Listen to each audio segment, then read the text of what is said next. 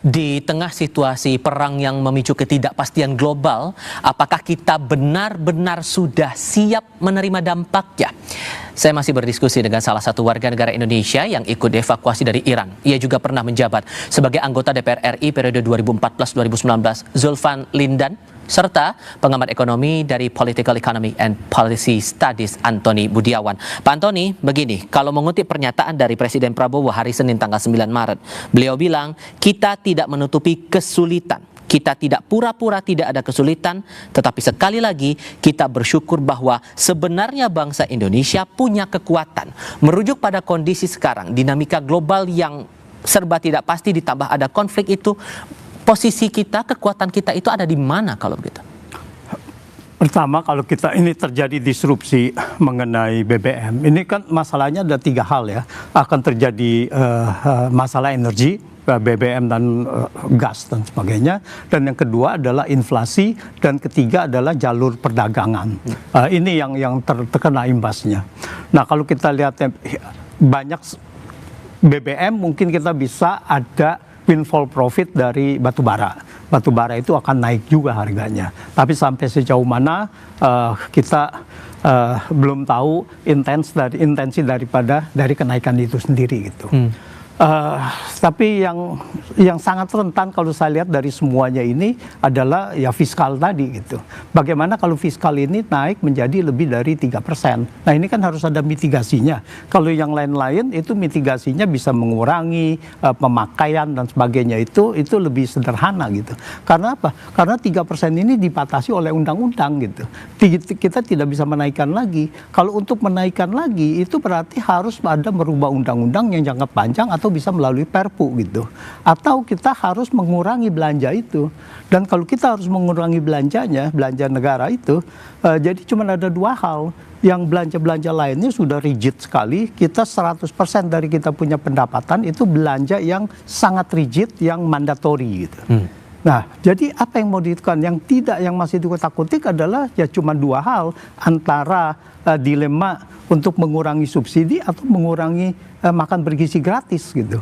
Nah, ini yang harus dievaluasi. Yang mana saya rasa mitigasi kita sangat rentan sekali di dalam fiskal gitu. Karena itu terkait langsung dengan banyak hal ya. Tapi secara jangka pendek kita punya kekuatan apa untuk bisa memastikan kondisi ekonomi kita di tengah gejolak konflik yang tak berkesudahan ini benar-benar ya kita aman, masih tetap aman, Pak? Saya rasa secara ekonomi begini, kalau ekonomi kita tumbuh 3%, tumbuh 2%, seperti di tahun 2020 kita minus 2,07%, itu tidak masih masalah gitu. Selama kita punya fiskal masih bisa menangani ini. Nah, itu waktu ada fiskal kita naik, defisit bisa 3% itu dihapus ya menjadi 6% gitu. Nah, itu yang menyelamatkan gitu. Nah, sekarang apakah bisa apa tidak untuk ke situ? Itu satu. Tapi untuk menaikkan defisit tadi dengan Perpu atau apapun, masalahnya adalah bagaimana dengan kepercayaan asing ini yang melihat fiskal kita ini sudah dalam kondisi rentan. Dan ini mengkonfirmasi bahwa ruang fiskal kita sangat sempit. Nah, ini yang bisa berpengaruh kepada peringkat utang dan sebagainya. Mau mengaitkan yang negatif penilaian itu tadi dari beberapa outlook yang dikeluarkan. Iya. Nah, karena apa? Karena mereka melihat sewaktu mereka mengeluarkan itu, mereka juga lihat bahwa kita punya defisit sudah 2,68%. Jadi di sini sudah tidak ada lagi ruang fiskal untuk bisa mitigasi external shock. Sangat minim sekali. Nah, jadi kalau untuk fiskal, menurut saya sudah sangat sulit untuk kita ini kan, kecuali menaikkan defisit atau mengurangi belanja tadi. Anda di DPR yang saya pahami, Pak Zulfan, pernah berada di Komisi Bidang Perdagangan, Bidang Energi, dan sejenisnya. Kalau melihat dinamika yang ada sekarang, yang Anda bayangkan efeknya, kemudian realita yang muncul di lapangan, itu seiring sejalan atau justru kita, ya seperti pernyataan Pak Prabowo tadi, sebetulnya kita masih punya kekuatan untuk menjaga ekonomi kita tetap terjaga di tengah kondisi yang tidak pasti ini? Sekarang kan secara detail diuraikan nggak? Bagaimana caranya mempertahankan itu? Nah, itu kan kita belum dengar. Kalau kita bicara global itu kan gampang. Tapi detailnya itu seperti apa? Ya kan? Menghadapi pangan kita banyak. Beras, jagung, minyak. Terutama minyak kan Kalau minyak ini naik kan pasti semua ongkos naik, biaya naik kan. Daya beli sekarang masyarakat juga lagi rendah-rendahnya. Ya makanya, walaupun pemerintah mengatakan bahwa daya beli masih aman kan gitu. Tapi kan kita kadang-kadang kalau bicara global tuh gampang.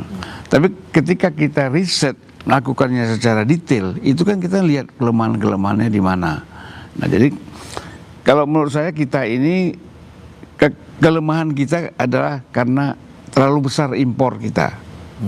Segala macam barang kita impor, mulai dari pakaian, makanan, bahkan kita punya minyak kan masih ada yang impor.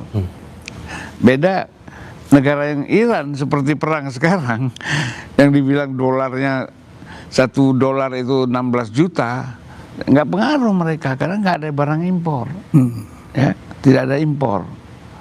Yang impor di sana itu adalah mobil Ferrari ada, Lamborghini ada, itu kan orang tertentu. Masuk dari Turki mereka bawa jalan darat. Nah, tapi kalau makanan-makanan biasa itu tidak ada yang impor. Jadi saya melihat bahwa daya beli kemudian daya ekonomi mereka tetap stabil. Jadi kalau ada di TV, oh Iran kesulitan segala macam, nggak ada. Bulan puasa restoran buka semua. Nah, maka yang jadi pertanyaan justru yang ketakutan warga Indonesia nih, apalagi ngaruh ke BBM subsidi kita, Pak. Ya. Nah, yang dikhawatirkan oleh publik bahwa kita juga melihatlah ada antrean panjang di SPBU dalam beberapa hari terakhir ini di beberapa daerah. Wajarkah ketakutan itu muncul, Pak? Saya kira wajar lah. Karena kan gimana ya, kita tadinya bicara penumpukan itu, antrian itu kan menjelang Lebaran. Ya kan, biasa kalau terjadi krisis. Ya. Ini kapan ini? Kalau Trump bilang akan kita cepat selesaikan, Iran bilang 6 bulan paling kecil, paling cepat. Bahkan dia bilang kami sanggup seumur hidup perang ini. Akan memberi pelajaran kepada Amerika dan Israel. Sebagian orang kan mengatakan ini emosional. Tapi kalau menurut saya melihatnya bukan emosional, karena daya tahan pangan mereka, daya tahan energi mereka, daya tahan semangat dan ideologi mereka itu memungkinkan untuk mereka berperang panjang. Itu sesumbar saja atau memang realitanya Anda lihat sendiri? Realita itu, nggak main-main.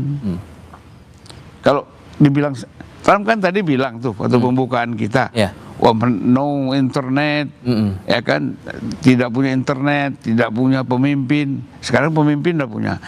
Mengapa internet itu dimatikan? Internet dimatikan oleh pemerintah karena melalui internet lah diorganisir dari luar untuk menggerakkan oposisi.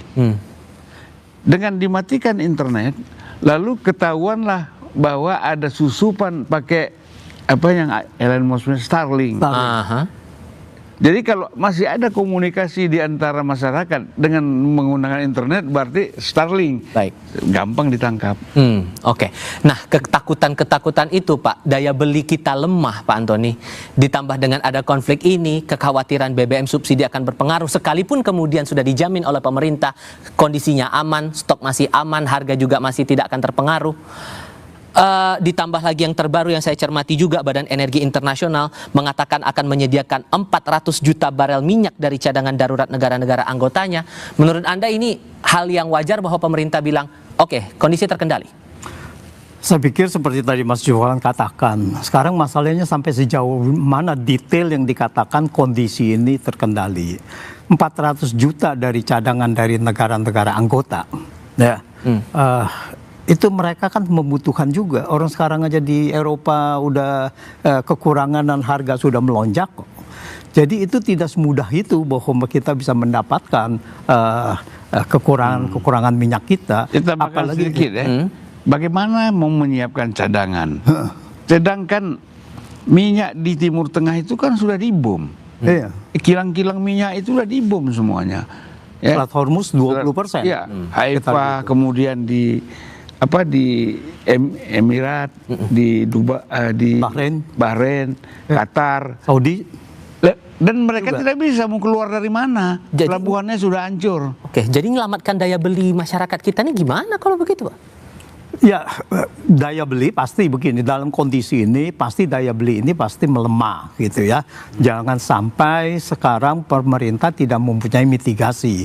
Jadi saya rasa mitigasi saat ini ya kembali lagi menurut saya adalah bagaimana dampak ini jangan membuat satu risiko yang paling besar terhadap masyarakat, misalkan terjadi PHK ya, karena perusahaan-perusahaan juga akan menghadapi masalah di sini dengan daya beli turun, harga produksi naik gitu. Jadi ini akan meluas kepada ekonomi gitu, inflasi dan sebagainya gitu. Jadi yang perlu di sini ya seperti pandemi, yang kita perlukan adalah di dalam kondisi ekonomi terpuruk pasti melalui fiskal gitu.